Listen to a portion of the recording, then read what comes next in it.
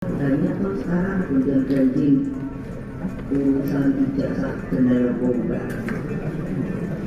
Kalau susah aja, kalau ijazah betul-betul masih ada ini ijazah saya.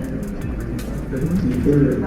Ketua Umum PDI Perjuangan, Megawati Soekarno Putri, akhirnya angkat bicara terkait polemik dugaan ijazah palsu Presiden Joko Widodo dalam sebuah acara peluncuran buku karya Bambang Kesowo. Megawati menyatakan bahwa jika persoalan keaslian ijazah terus menjadi kontroversi, maka pemilik ijazah seharusnya cukup menunjukkan dokumen aslinya untuk mengakhiri polemik tersebut.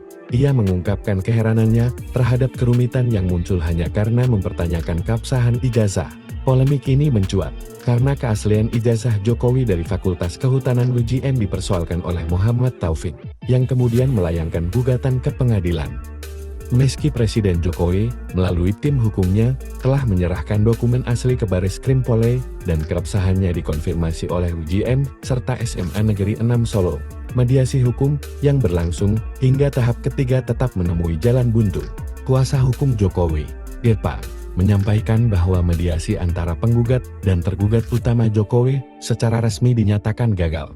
Ia juga menegaskan bahwa Jokowi tak akan lagi terlibat dalam proses mediasi dan memilih untuk membuktikan keabsahan ijazahnya melalui jalur persidangan. Irfan menyebut bahwa kesempatan pembuktian di persidangan akan menjadi ruang bagi pihak penggugat untuk menunjukkan bukti-bukti mereka.